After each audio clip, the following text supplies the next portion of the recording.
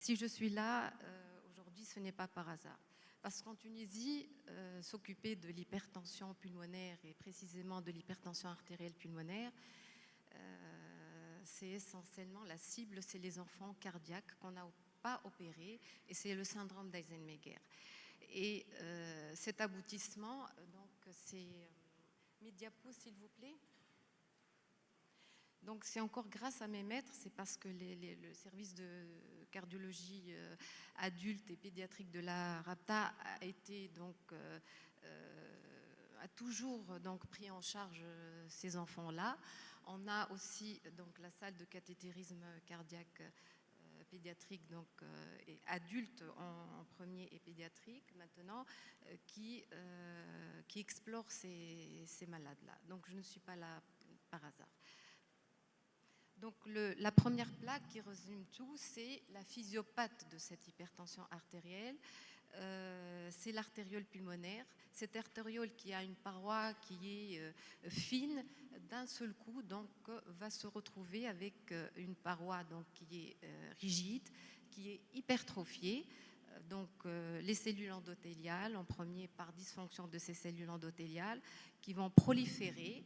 Les cellules musculaires lisses aussi vont proliférer et les cellules inflammatoires. Et c'est pour ça que j'anticipe par rapport aux cellules musculaires lisses. On va voir s'il y a des gens qui vont répondre aux inhibiteurs calciques ou pas. C'est par rapport à ces cellules musculaires lisses, qu'est-ce qu'elles vont être capables.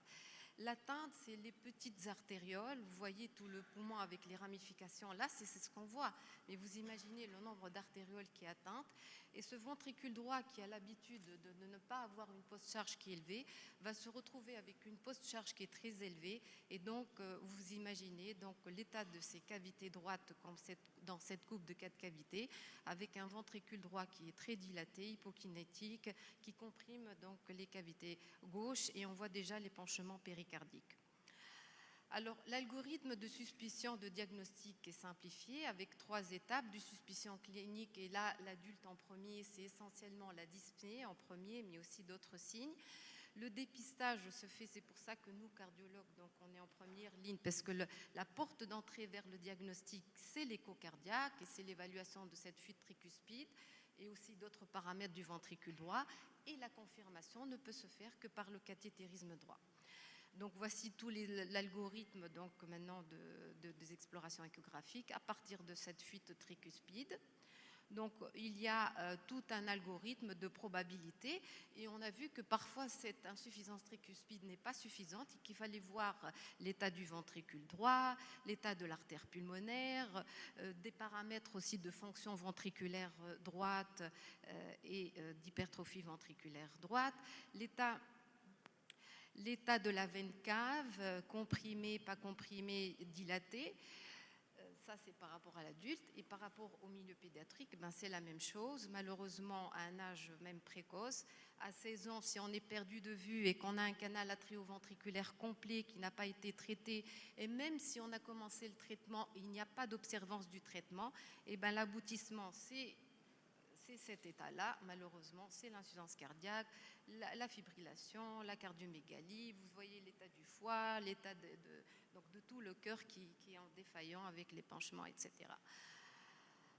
Alors, on va demander d'aller rapidement. Donc là arrive le cathétérisme cardiaque. Donc la confirmation se fait par cathétérisme cardiaque. C'est la recommandation, donc c'est pour confirmer. Donc les malades qu'on explore par cathé, c'est le groupe 1, dans les idiopathiques, c'est là qu'on fait les tests de vasoréactivité. On ne va pas le faire à une sclérodermie, par exemple, pas, c'est quand c'est idiopathique. Et puis le groupe 4, thromboembolique, c'est là qu'on doit faire le cathé. Et dans les recommandations, ils disent qu'il faut que ça soit dans des centres spécialisés et il faut étudier tous ces paramètres-là pour pouvoir donc bien sûr confirmer le diagnostic et dire que c'est une HTAP donc précapillaire ou postcapillaire en fonction des diagnostics. Voilà ce qu'on fait en Tunisie. Donc en général, c'est un cathé droit, c'est la mesure donc de la pression capillaire pulmonaire, c'est la mesure de la PAP, c'est ces courbes de retrait donc qu'on fait.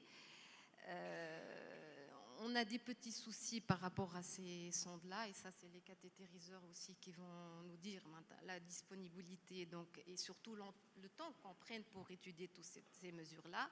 Pour tout ce qui est pédiatrique, on doit avoir une gazométrie, étude des rapports de débit, des rapports des résistances. Donc, c'est des cathés qui prennent beaucoup de temps, mais qui sont imposés par les guidelines. Là, c'est pour le test de vasoréactivité, donc on le fait uniquement par NO, alors qu'on peut le faire par d'autres moyens. En Tunisie, on ne le fait que ça. On attend une baisse de la PAP en moyenne au moins de 10 mm de mercure pour atteindre une valeur inférieure ou égale à 40. Et je suis allée un peu rapidement, je passe à l'étape du traitement. Ce traitement de l'hypertension artérielle pulmonaire, puisqu'il intéresse le groupe 1, donc on a le droit de parler de artérielle pulmonaire, il est basé sur la stratification du risque. Et vous voyez que donc, tous les paramètres qui doivent être étudiés, échographiques, IRM, biologiques, tests de marche, pour évaluer le risque de mortalité à 1 an de ces malades-là, pour pouvoir les traiter. Alors, on a été sollicité pour la réévaluation des traitements donc, de l'hypertension artérielle pulmonaire par la direction de la pharmacie du médicament, et on a essayé de faire un protocole tunisien. Alors, d'après les recommandations donc, de l'ESC et de l'ERC 2022 pour la prise en charge de l'hypertension artérielle pulmonaire, les patients qui ont une hypertension pulmonaire héréditaire, idiopathique ou associée aux médicaments ou connectivite et qui ont un haut risque de mortalité à 1 an, on préconise une thérapie inhibiteur donc de la PDE, sildenafil, tadalafil, antagoniste des récepteurs de l'endothéline bosentan et un analogue de prostacycline en injectable. Alors en injectable, on n'en a pas en Tunisie. Donc l'effort qu'on a fait, c'est que dans les recommandations, ils disent que quand il n'y a pas de forme injectable, il est recommandé d'utiliser donc des antagonistes des récepteurs de prostaglandine par voie orale à la forme de la voie injectable. Et du fait que le protocole qu'on a pu adapter aux guidelines, c'est que quand le risque de mortalité est faible ou intermédiaire, c'est bithérapie d'emblée, macitentan, inhibiteur de la PDE, sildenafil ou tadalafil. Et dans le haut risque, donc trithérapie d'emblée, macitentan, inhibiteur de la PDE, sildenafil ou tadalafil, plus célixipag. Bien sûr, je pense que l'objectif, c'est essayer donc d'avoir un cœur qui se contracte normalement et un VD qui reprenne sa forme, puisque c'est une maladie qui évolue de façon imprévisible d'un cas à l'autre, et essayer donc de retrouver cette belle courbure septale avec un diagnostic précoce et un traitement adéquat. Et le dernier recours, c'est la greffe malheureusement pulmonaire, voire cardiopulmonaire.